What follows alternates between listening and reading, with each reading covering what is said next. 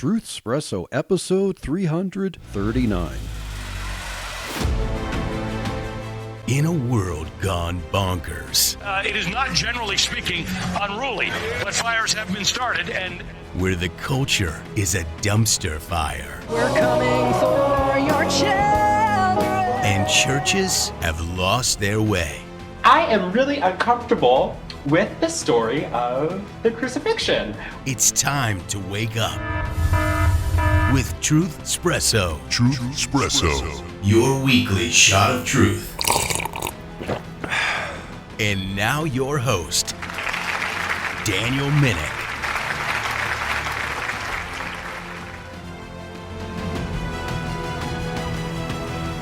Well, hey there, friends, family, foes, and lurkers alike. This is your host for Truth Espresso, Daniel Minnick, coming at you once again with another exciting episode going through the series on the Book of Mormon and continuing the book of Jacob in the Book of Mormon. Now, I know that the last episode I said that I had hoped to be able to finish the book of Jacob. There were 3 chapters left, chapters 5 through 7, and I was hoping that for this episode I would be able to go through all 3 of those chapters. And now chapters 6 and 7 are short enough, so they won't take a whole lot of time, but unfortunately, chapter 5 of the book of Jacob happens to be the longest chapter in the Book of Mormon. It happens to be 77 verses.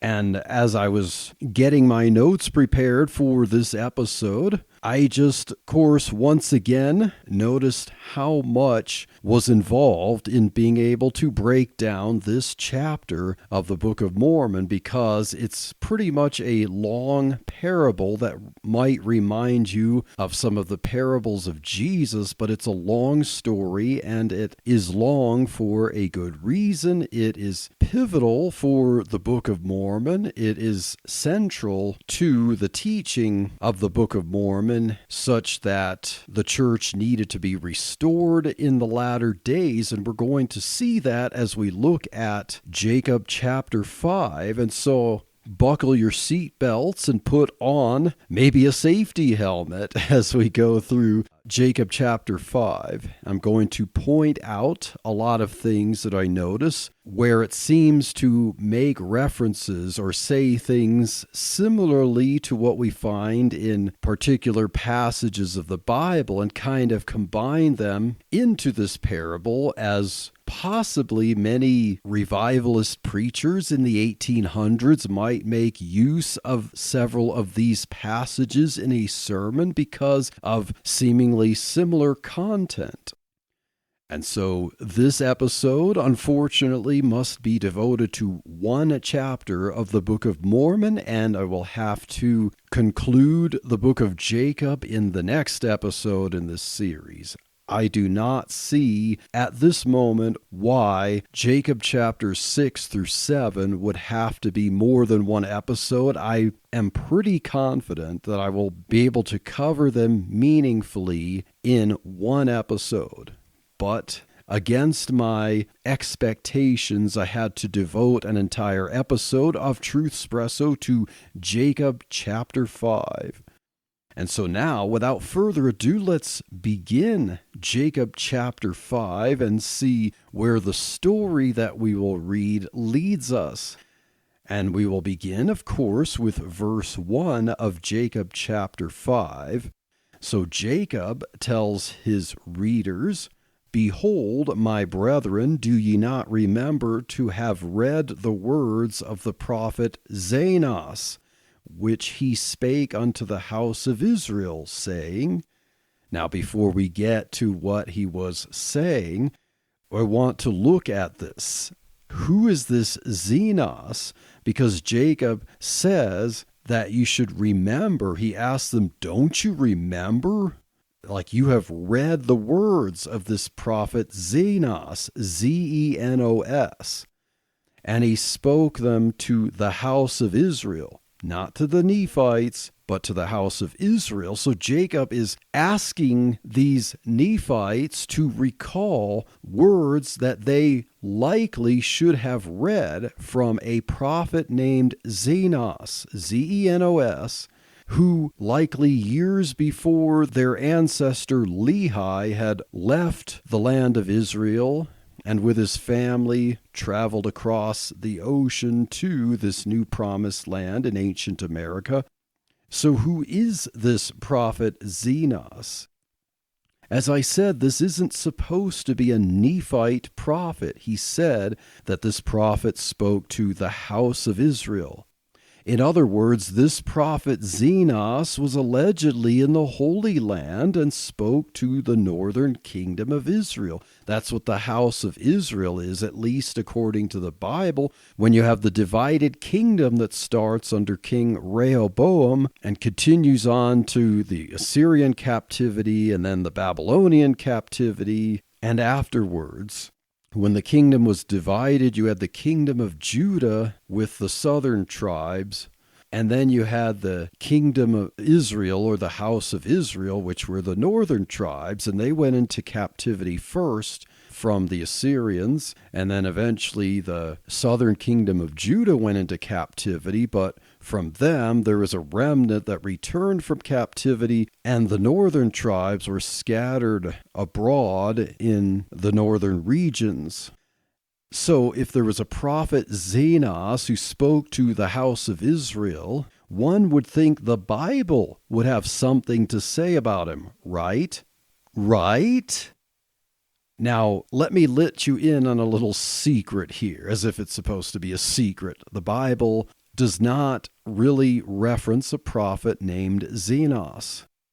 And if you were to ask modern-day Jews today, according to their scriptures, the Tanakh, the Old Testament that we have, and do they have any, at least even extant writings about a prophet Zenos, and especially one that would have written to them words by which they should remember to the house of Israel that we will read in Jacob chapter 5, and they would probably scowl at you and scratch their heads if they're not familiar with the Book of Mormon and say, no, we've never had a prophet named Zenos, and he never said these things.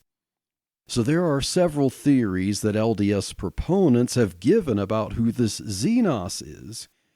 And Hugh Nibley, a 20th century LDS scholar and professor at Brigham Young University, once proposed that Zenos is another form of the name Senes from biblical antiquities, attributed to Philo of Alexandria, but this is pseudo-Philo. This work we pretty much determined now is not written by the great Philo.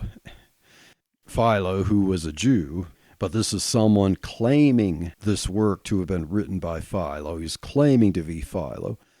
So this Senes, referenced in biblical antiquities, which purports to be a history of time from the creation and through the history of Israel, this Senes, C-E-N-E-Z, is another name for Kenaz, K-E-N-A-Z, the father of Othniel and the younger brother of Caleb in the Bible. So the Biblical Antiquities by Pseudo-Philo, in its version of the history of Israel, writes the name Senes, which corresponds to the name Kenaz in the Bible. However, according to the text of the Bible, Othniel is the first judge of Israel, but Biblical Antiquities tries to make Kenaz the judge before his son Othniel. And Judges 3:9 says that the Lord raised up a deliverer, and that was Othniel. And then verse 10 says that Othniel judged Israel. And the Bible itself doesn't say much about Kenaz. He seems to be more of a name for ancestry and tribal affiliation and not someone that we have much record about. So if this Kenaz or Senes is also Zenos from the Book of Mormon, a lot of variations of that name there. the Bible certainly doesn't make out what the Book of Mormon makes him out to be, or even the biblical antiquities of Pseudo-Philo. So that's what Hugh Nibley proposed as a possibility.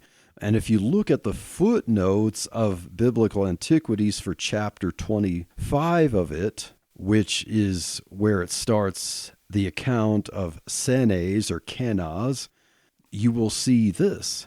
The footnotes, the commentary on this says, quote, "Up to this point, Philo has followed the Bible story faithfully enough. He now draws freely on his own imagination and presents us with an entirely new history of the beginning of the period of the Judges," unquote.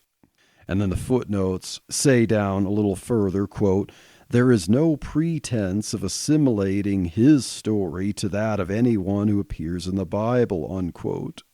So this commentary on biblical antiquities by Pseudo-Philo is saying that the account here that tries to make Senes a great judge of Israel and the first judge of Israel is kind of the imagination of this Pseudo-Philo.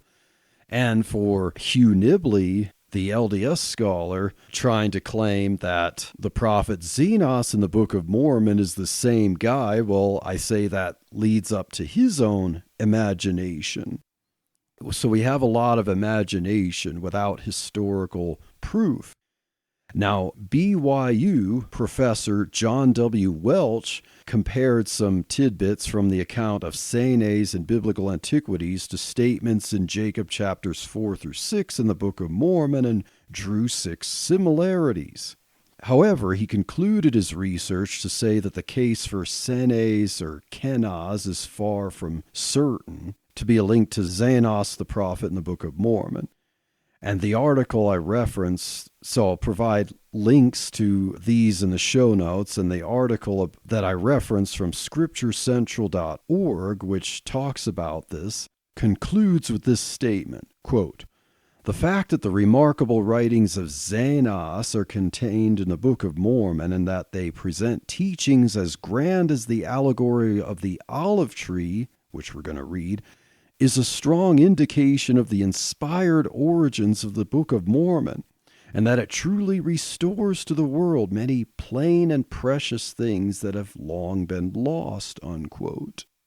So yeah, this is the grand claim of the Book of Mormon, and the grand claim that we're going to see from Jacob chapter 5 by this prophet Zenos. But this claim from the end of the article that we don't really truly know who Zenos is and that there's no evidence, it tries to present that as evidence for the authenticity of the Book of Mormon. So it seems that the best thing is to cling to proving a negative according to this Mormon article. Got it.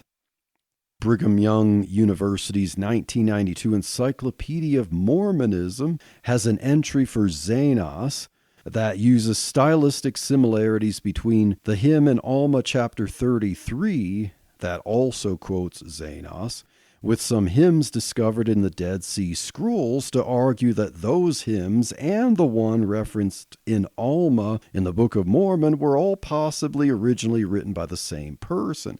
So this is a theory that maybe there was some writer before the captivity that wrote the stuff we found in the Dead Sea Scrolls and wrote what we see in Alma chapter 33.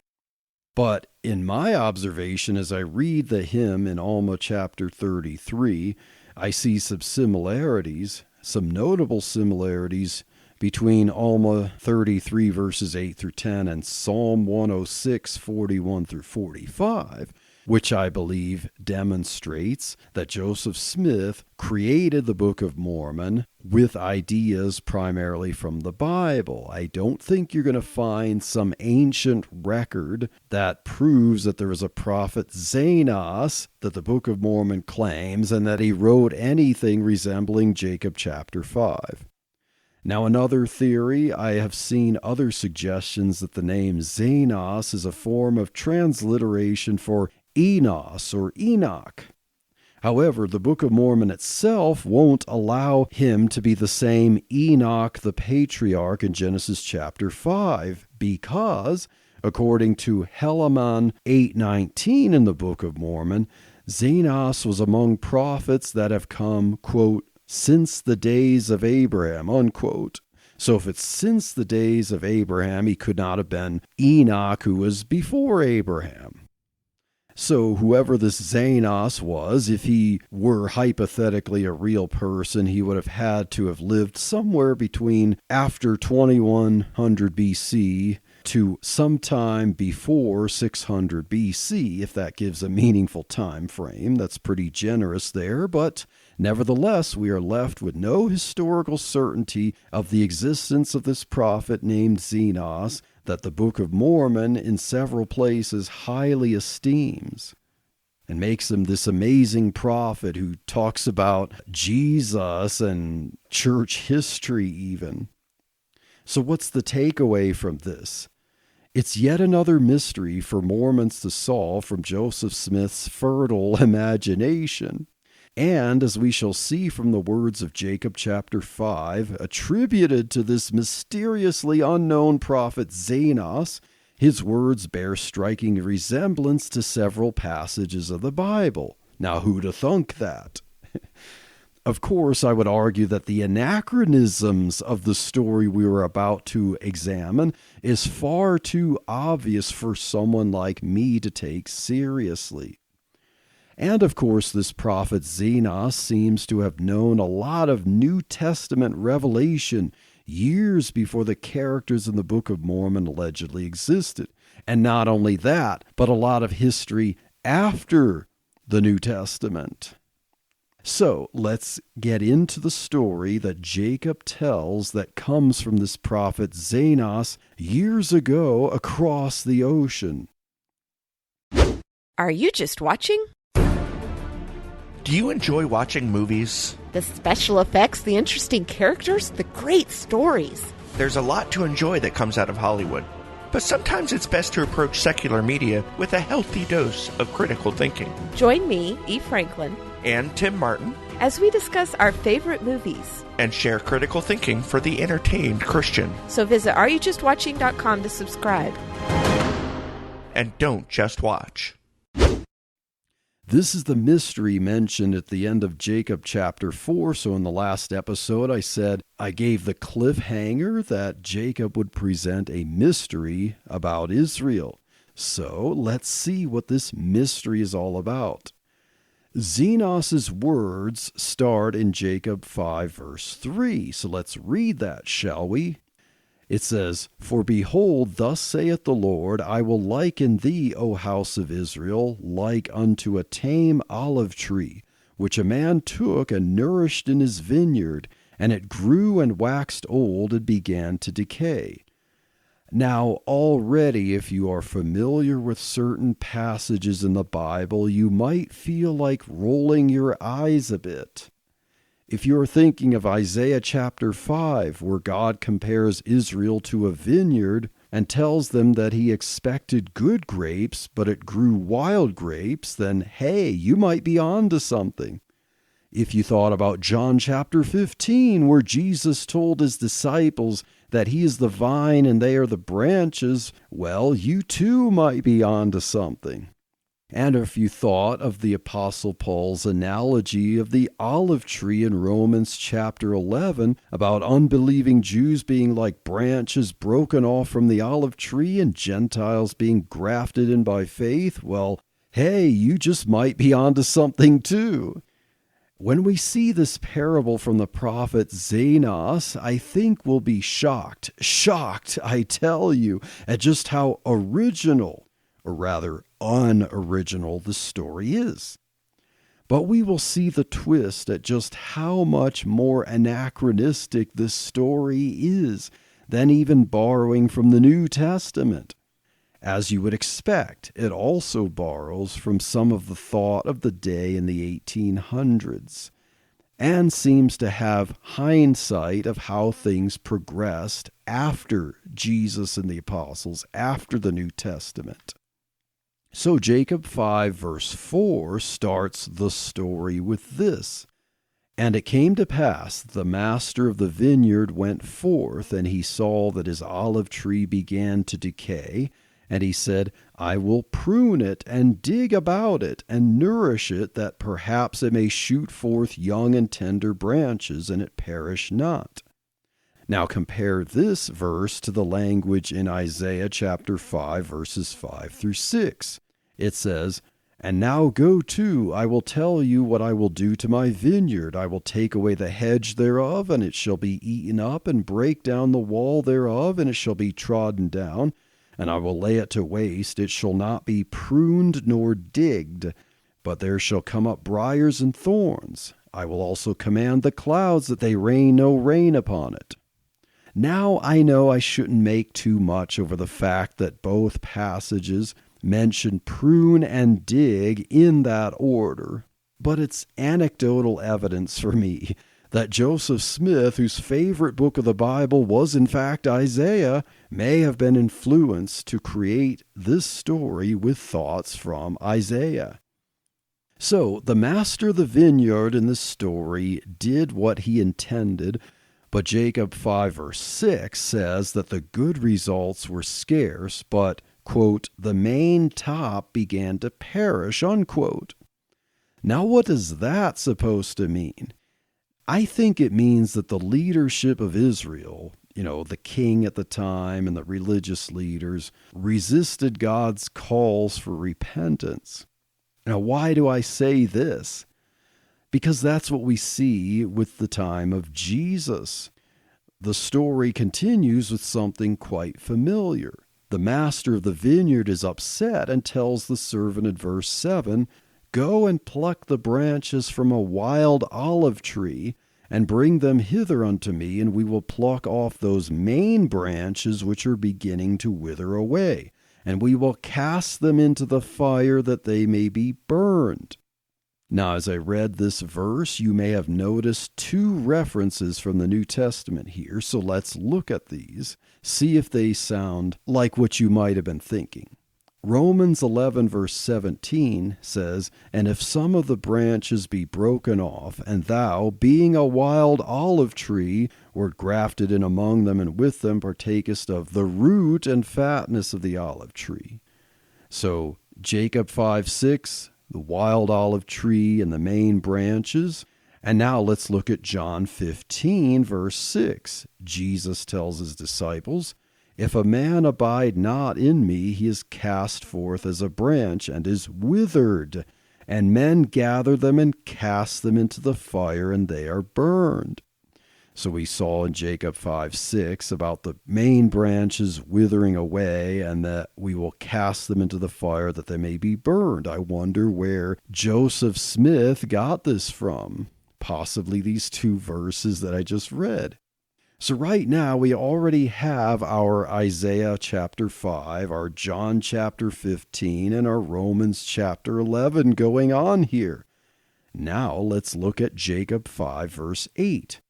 It says, And behold, saith the Lord of the vineyard, I will take away many of these young and tender branches, and I will graft them in whithersoever I will. And it mattereth not that if it so be that the root of this tree will perish, I may preserve the fruit thereof unto myself. Wherefore I will take these young and tender branches, and I will graft them in whithersoever I will.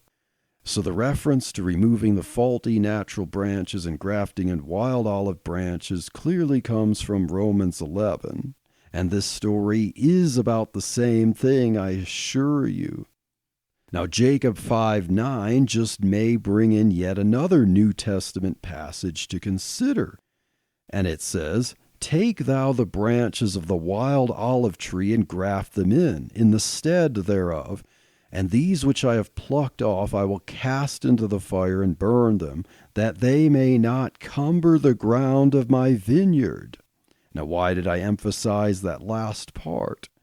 Because to me, this is a clear reference to Jesus' parable of the barren fig tree in Luke 13, verses 6 through 7, where it says, He spake also this parable, A certain man had a fig tree planted in his vineyard, and he came and sought fruit thereon, and found none. Then said he unto the dresser of his vineyard, Behold, these 3 years I come seeking fruit on this fig tree, and find none. Cut it down. Why cumbereth it the ground? So I think Joseph Smith mentioning that the bad branches were cumbering the ground of the vineyard comes from this, where in the parable of the bad fig tree, Jesus says, Why cumbereth it the ground? So do you think Zenos was a real prophet whose amazing writings were lost outside the Book of Mormon? Or should we think Joseph Smith knew he was sourcing this stuff from the Bible? I'll let you judge that. In Jacob 5, verses 10 through 12, the servant obeyed and grafted in the wild branches instead of the useless natural branches. He dug and pruned the vineyard, hoping for good fruit. And then in verses 13 through 14, the vineyard owner decides to hide the natural branches that remain so that the wild branches that bring fruit are most clearly seen. So, what do you think that's about? What else than how the church shifted from the first century and after the destruction of Jerusalem to a more Gentile church where the Jewish elements were mostly hidden? Wow, what amazing prophecy, right? And let's keep going.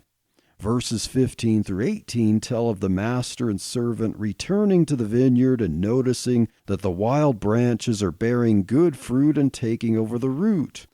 And this was necessary to preserve the vineyard, which reflects, I think, Paul's message in Romans 11 about the Gentiles provoking Israel to jealousy and being the means of restoring Israel and grafting back in natural branches. This part of Zenos' story obviously means the beginning of the Gentile church when, at some unknown point, it was still good. Remember, the LDS Church believes that the true church apostatized sometime soon after the apostles. But we don't know exactly when that was. We just know it was soon afterwards. In verse 20, the master and servant returned to the vineyard and noticed that some of the hidden natural branches started to bear fruit. And this seems to refer to the expected future restoration of ethnic Israel. In verses 21 through 22, the servant asks why the master planted the tree, and a branch of this tree being planted in poor soil. Yet the master says that he did that on purpose. And we're going to see what this all means in a bit. In verses 23 through 24, the master shows the servant 2 branches of the olive tree that he planted separately to bring fruit. I wonder what those branches represent. Could they be the family of Lehi who traveled across the ocean to the ancient Americas and essentially split into the Nephites and the Lamanites? Inquiring minds want to know, don't they?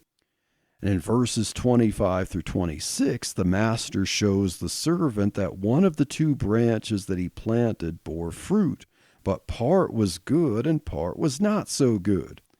And by the way, these 2 branches were planted in good ground, but the original tree was planted in poor ground. And what do you think that's about? Well, I think this particular branch, this second branch, is the people of Nephi, and the good fruit are the righteous people that Jacob mentioned, and the wild fruit were the ones Jacob preached against earlier. Remember those last 2 episodes? And remember that ancient America was a better promised land than the land of Canaan, so that's why these branches were planted in better soil. In verses 27 through 28, the master told the servant to continue to dig and prune and care for the whole vineyard. And then in verse 29, it says that a long time had passed away and that the end soon cometh. Now, how much do you want to bet that this long time is church history up until the 1800s AD? In verses 30 through 32, the master and servant went to the original olive tree and noticed that all sorts of fruit did cumber the tree. The master tried eating some of this variety of fruit and determined that it was all bad. Now, what do you think that means? Well, I think it means that there were all sorts of churches and denominations, and Joseph Smith didn't like any of them. That's why he started his own church. In verse 33, the master asks the servant what he thinks they should do to preserve the good fruit that remains. In verse 34, the servant notices that despite all this bad fruit, the natural branches have kept the root alive. Oh, isn't it so obvious that this is all preparing for Joseph Smith to restore the church in the 1800s? And this all was supposed to be something an ancient prophet in the land of Israel said as far back as between Abraham and Isaiah? But somehow we have no record of this prophet Zenos besides its mentions in the Book of Mormon. In verses 35 through 37, the master laments the situation and frustrated at what good had transpired and how the grafted branches kept the root alive, but the tree was getting close to dying and the fruit was so bad that the master contemplated cutting down the tree. But in verses 38 through 40, the master and servant decide to do one final check. They looked for those natural branches that were hidden, and they bore bad fruit. The two branches that were planted separately bore bad fruit also. And they noticed that the second branch once had part good and part bad, but it was now all bad. In fact, that second branch had died and could no longer produce any fruit. Now, what is all that about?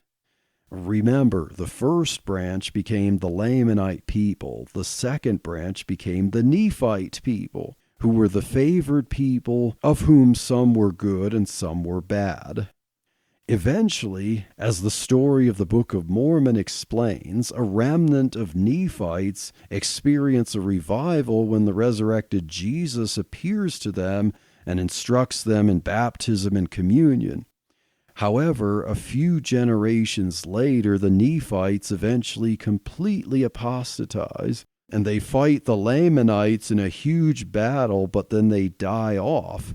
The Lamanites become victorious, and one Nephite survivor named Moroni, the son of the prophet Mormon, buried the gold plates around 400 AD to preserve them for future discovery in what became the Hill Cumorah in Palmyra, New York. And this is what Joseph Smith claims to have found in the 1820s AD.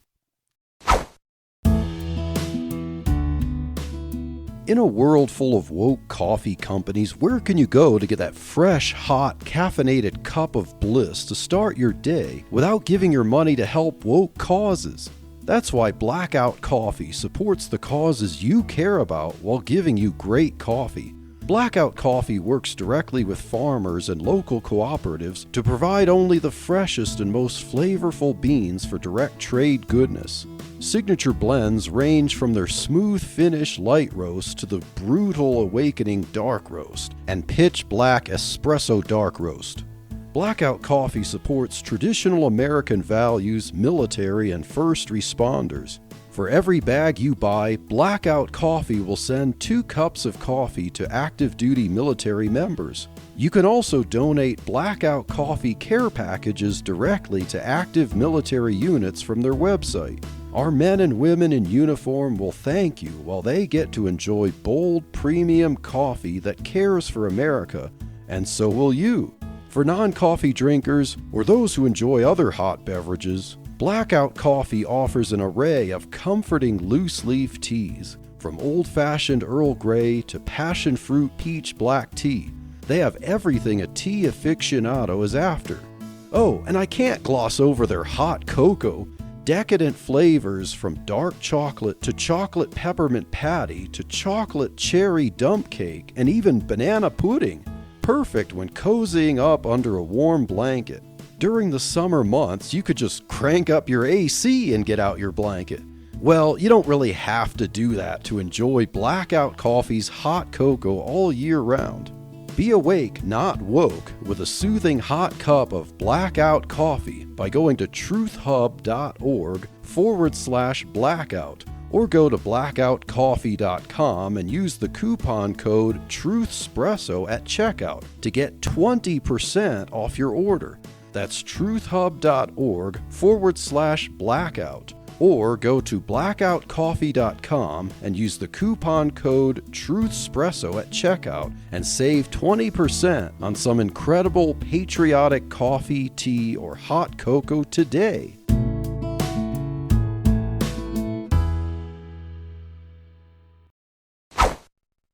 So the Nephites, the favored people of the second branch, all died off. The Lamanites, however, never died off.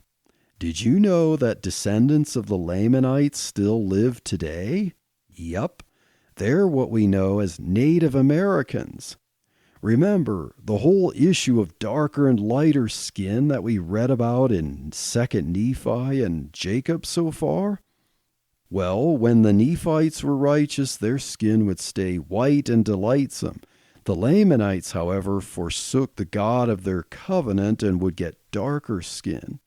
So the Native Americans, or at least some of them, believe in different pagan religions because they rebelled against the God of their ancestor Lehi. Yes, I know, this topic is something to hash out in another episode, but I say all this to elaborate on what Jacob chapter 5 is talking about, with the first branch bearing wild fruit and the second branch starting off good, part good and bad, and then eventually bearing only bad fruit, and then eventually withering and dying, because the Nephites eventually get all killed off. The Lamanites continue and become the Native Americans today, and that's all wild fruit. Now let's read Jacob 5 verse 41 and see if you notice something familiar. It says, "And it came to pass that the Lord of the vineyard wept and said unto the servant, What could I have done more for my vineyard?" If that question sounds like something you may have read or heard, let's try Isaiah 5:4. And that says, "What could have been done more to my vineyard, that I have not done in it? Wherefore, when I looked that it should bring forth grapes, brought it forth wild grapes." Do you still think Joseph Smith wasn't writing with hindsight here? In verse 42, the master laments that everything looks bad, and it just might be time for the tree, quote, "to be hewn down and cast into the fire," unquote. Now this is another thing to note. What does this sound like? How about Matthew 7:19, when Jesus said, "Every tree that bringeth not forth good fruit is hewn down and cast into the fire"? Still think Joseph Smith wasn't copying from the Bible? In verses 43 through 45, the master singles out that second branch that was planted in the best ground, but eventually went bad and died. Yeah, we already talked about what that means. In verse 46, the master's olive tree now looked a lot like the wild olive tree from which he got branches to graft in. So now everything was bad and pagan. Sounds like a perfect time to restore the lost church, right? In verse 47, the master once again says, "What could I have done more in my vineyard?" He did everything he needed to do to take care of it, but one thing he also says is, "I have stretched forth mine hand almost all the day long." And that sounds a lot like Isaiah 65 verse 2 that says, "I have spread out my hands all the day unto a rebellious people." Or most especially its reference in Romans 10:21 that says, "All day long I have stretched forth my hands unto a disobedient and gainsaying people." Still think Joseph Smith wasn't drawing from the Bible when he was creating the Book of Mormon?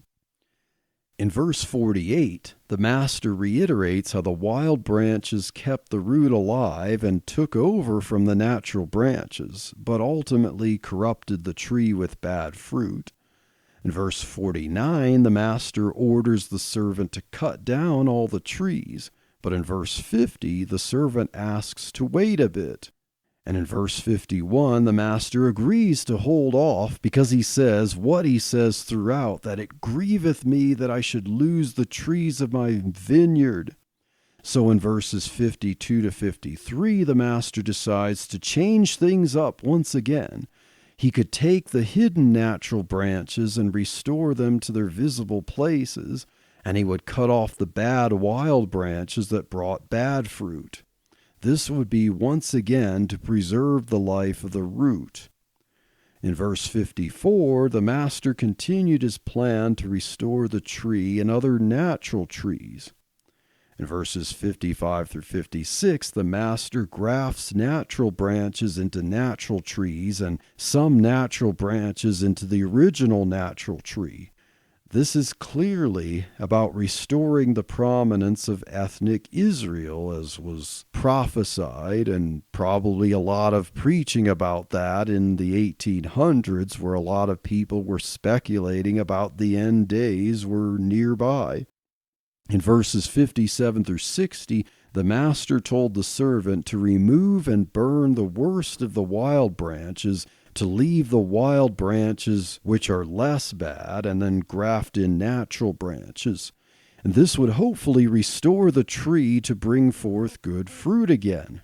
Of course, this is clearly about how Israel will be restored through Joseph Smith restoring the church and getting both Jewish and Gentile converts to Mormonism. In verses 61 through 62, the master tells the servant to get other servants to help with all the hard work necessary to restore the vineyard and bring forth good fruit. And we saw in a previous episode about all the hard work to build and restore Zion. And of course, this is because, quote, the end draweth nigh, unquote, and that this would be the final act of pruning the vineyard. Now, remember, Joseph Smith's church is called the Church of Jesus Christ of Latter-day Saints. Joseph Smith believed that the end would happen in his lifetime, but his church now believes that the end is at least always near and that Joseph Smith was the one to restore the lost gospel. And this form of the church would be the final form until the return of Jesus. There will be no prophets like Joseph Smith who would make new discoveries and restore the lost gospel again. In verses 65 through 66, the master told the servants that they would eventually get rid of all the bad branches, but that they should do it gradually as the good ones grow and produce good fruit. And this sounds like Joseph Smith's plan of restoring the church. The more influence he could get, the more he could build temples in America and get rid of what he considered corrupted churches. In verses 70 through 72, the master sent his servants to do a lot of work as he designed. Yeah, Joseph Smith had followers who did a lot of work to set up the temple in Kirtland, Ohio, and later Nauvoo, Illinois. And after his death, there were a lot of LDS settlers who founded Utah. These people believed Joseph Smith's words that all their fierce labor to build and spread the restored gospel of the LDS Church would reward them at the end. So then verses 73 through 74 show that all that labor paid off. The natural branches began to produce good fruit, and the servants eventually removed the bad branches. In verse 75, the master and servants saw that the vineyard became what it was at the beginning, all good fruit.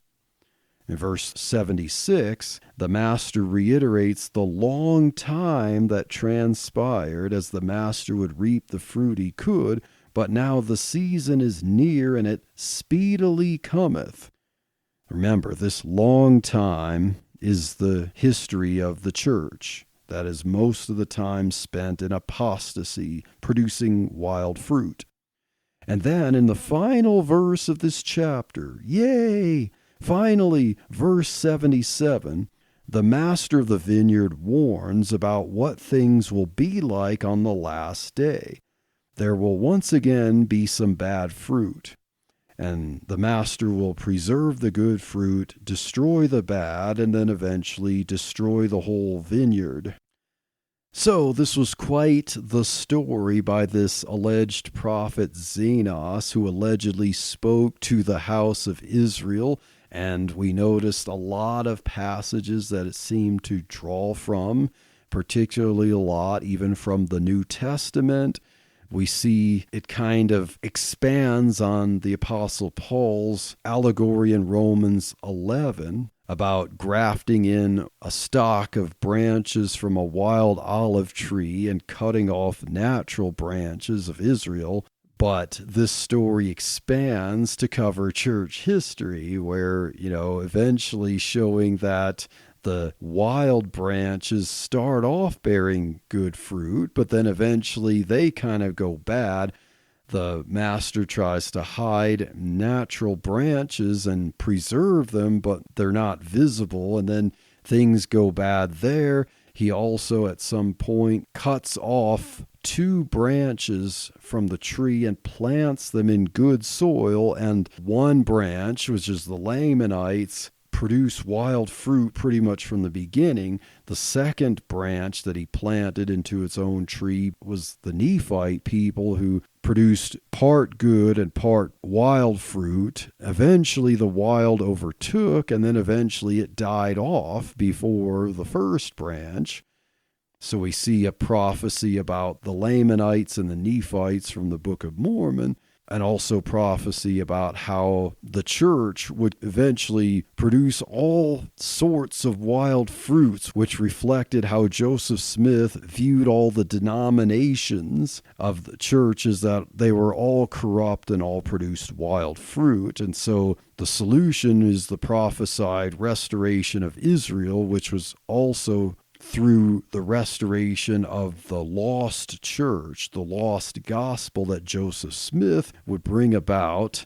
So he would restore Israel while also restoring the lost gospel and produce a tree that now brings forth good fruit. And this is shortly before the end, when Jesus would return. So they'd have a period of success for the church, the Latter-day Saint church, as they would restore the lost gospel through the Book of Mormon.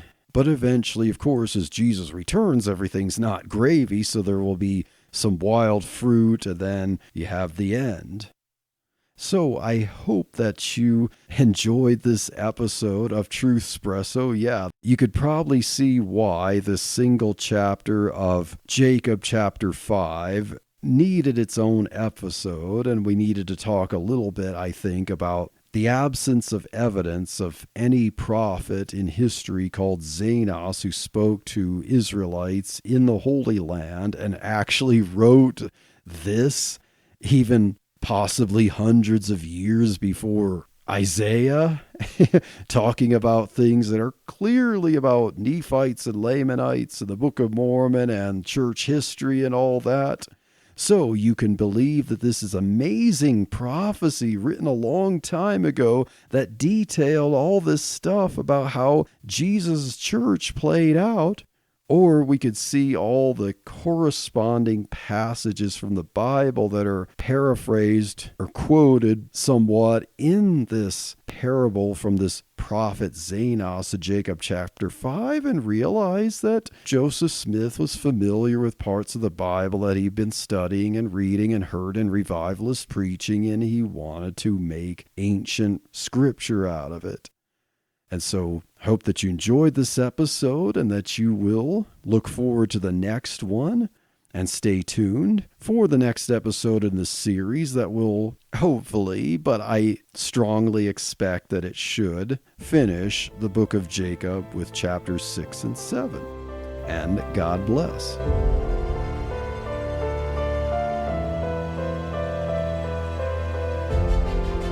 Thank you for listening to this episode of Truth Espresso. Be sure to subscribe and rate it on your favorite podcast app. Truthspresso is a member of the Christian podcast community. Check out other great faith-building shows at christianpodcastcommunity.org.